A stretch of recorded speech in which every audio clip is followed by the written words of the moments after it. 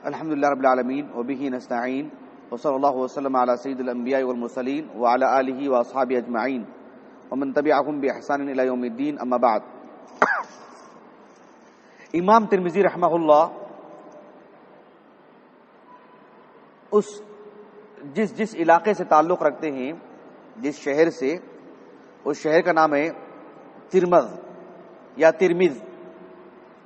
الترمذ یا الترمذ یہ جو علاقہ ہے دنیا بھر کے معروف علاقوں میں سے ایک. حالانکہ یہ علاقہ ایک عام علاقہ ہے، لیکن علم و فضل کی وجہ سے اللہ نے اسے شہرت دی.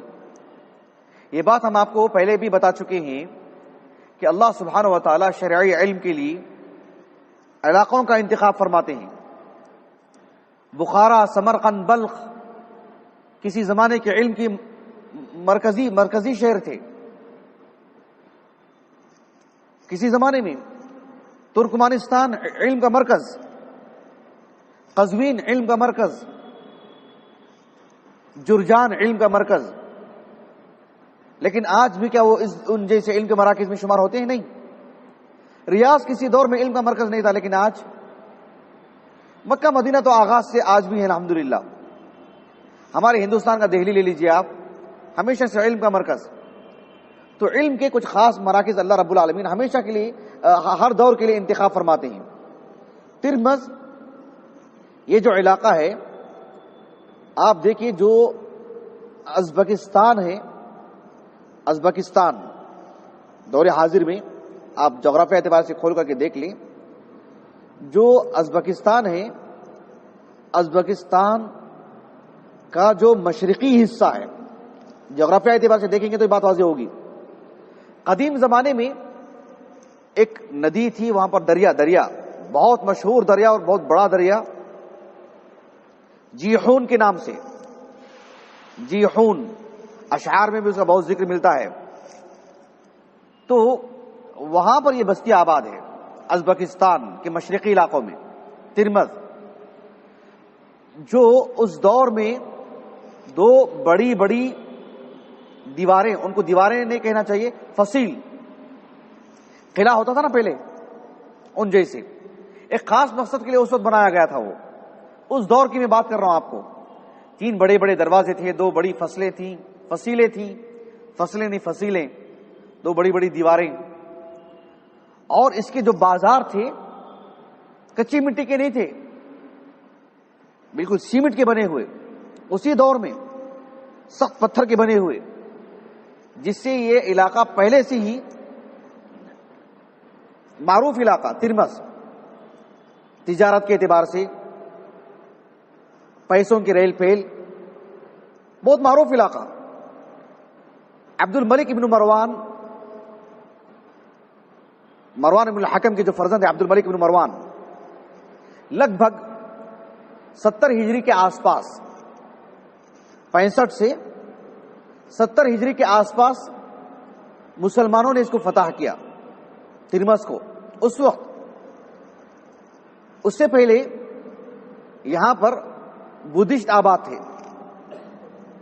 البدھیون، بدھ مذہب کے لوگ. ان کے تقریباً 12 بڑے بڑے معبد تھے، 12 بڑی بڑی مورتیاں تھیں ان کی. 1000 ان کے راہب تھے وہاں پر. اس سے بھی اندازہ لگا سکتے ہیں کہ یہ علاقہ مذہبی اعتبار سے، تجارت کے اعتبار سے کتنا مشہور رہا ہوگا. ترمذ سب بدھ مذہب کے لوگ تھے. بہرحال اللہ سبحانہ و تعالیٰ کی توفیق، اس کے فضل و کرم سے لگ بھگ 70 ہجری کو یہ فتح ہوا. چونکہ ہم امام ترمذی کے سنن پڑھ رہے ہیں تو حق یہ تھا کہ آپ کے علاقے سے بھی واقف ہو سکیں.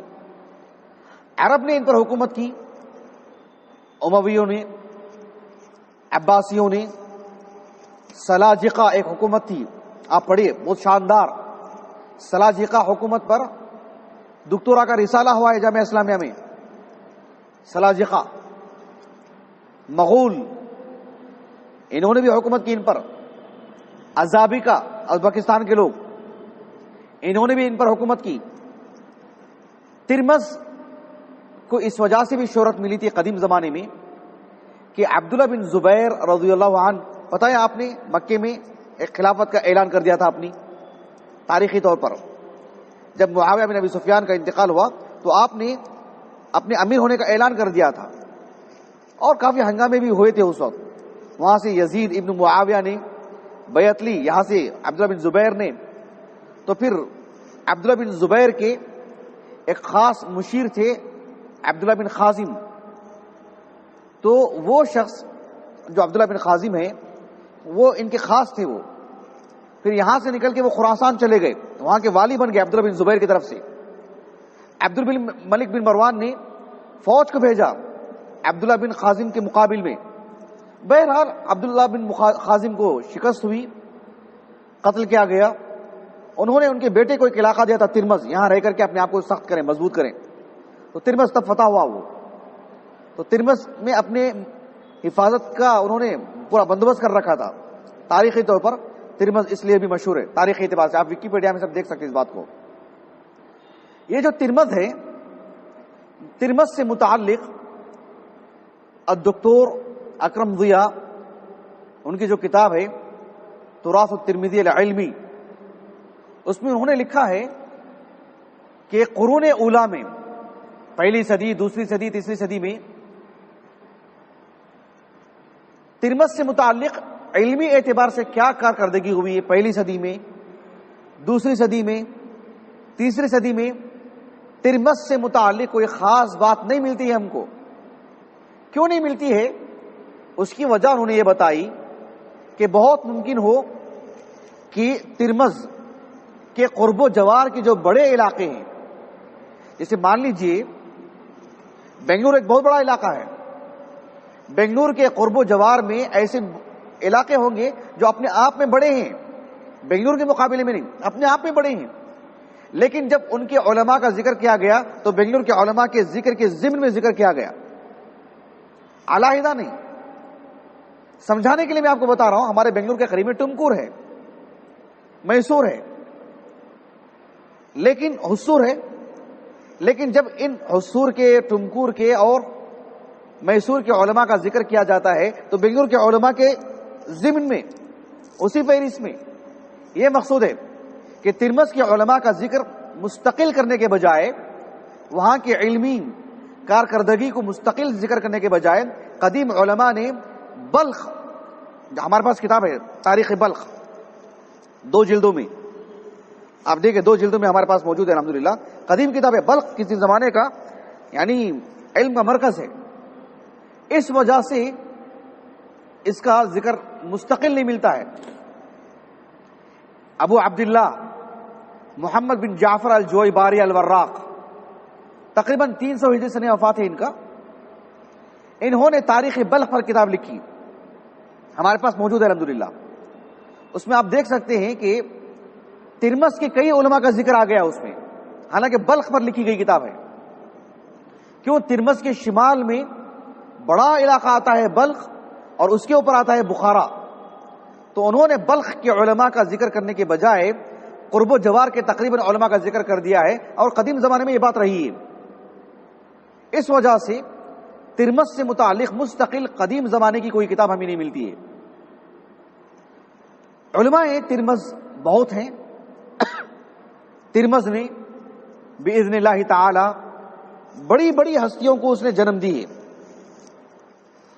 احمد ابن الحسین ابن جنیدب جو الترمذی الکبیر سے مشہور ہیں، علمی دنیا میں بہت بڑا نام، 240 پر 2، 3، 4 کے آس پاس ہجری ان کا سنہ وفات ہے. ایک اور نام الحکیم الترمذی، نام سنا آپ نے؟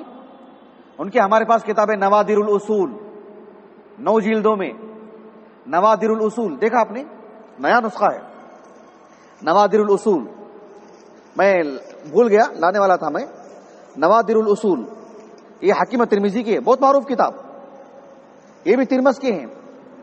محمد ابن احمد ابن نصر الترمذی الفقیہ الشافعی، 209 پر 5 ہجری سنہ وفات ہے ان کا. محمد ابن اسماعیل الترمذی السلمی المحدث المشہور، 280 ہجری سن وفات ہے. غور کیجئے آپ، یعنی تیسری صدی ہجری کے جس میں امام بخاری، امام مسلم، کتب ستہ کے روات ہیں نا، کتب ستہ کے مؤلفین، تیسری صدی ہجری کے جو معروف، سب کی بات نہیں کر رہا ہوں میں آپ کو، چنندہ معروف علماء کی جب فہرست بنتی ہے تو اس میں محمد بن اسماعیل الترمذی السلمی کا بھی نام آتا ہے. الترمذی کا، یہ امام ترمذی نہیں، یہ ایک اور عالم ہے، محمد بن اسماعیل الترمذی السلمی، 280 ہجری سن وفات ہے ان کا. جو تیسری صدی ہجری کے معروف بڑے علماء کی فہرست بنتی ہے تو اس میں حکیم الترمذی کا بھی نام آتا ہے. یہ ان جیسے بڑے علماء ہیں. البتہ دنیا بھر میں ترمذ کو جو سب سے زیادہ شہرت ملی، وہ ترمذ کے اکلوتے فرزند ہیں، وہ ہیں امام ابو عیسیٰ محمد بن عیسیٰ ترمذی رحمہ اللہ، صاحب السنن. 209 ہجری سن ولادت ہے. ترمذ کے قریب ایک چھوٹا سا گاؤں ہے بوغ، وہاں آپ کی ولادت ہوئی اور وہیں وفات ہوئی آپ کی رجب کے مہینے میں. آج رجب کی پہلی تاریخ ہے، نہیں آج جمادی الاخری کی 30 تاریخ ہے. رجب کے مہینے میں انتقال ہوا آپ کا 270 پر 9 ہجری کو، 70 سال کی عمر میں. بہرحال امام ابو عیسیٰ ترمذی رحمہ اللہ کا جو ترمذ ہے، جغرافیہ اعتبار سے اس کی کچھ اہم شخصیات، یہ مجھے آپ کو بتانا تھا. اس کے حق تھا کہ ہم اپنے آباء و اجداد کی بستیوں سے بھی واقف ہوں. یہ ایک بات تھی آج کے درس سے متعلق. سبحانک اللہم و بحمدک، اشہد ان لا الہ الا انت، استغفرک.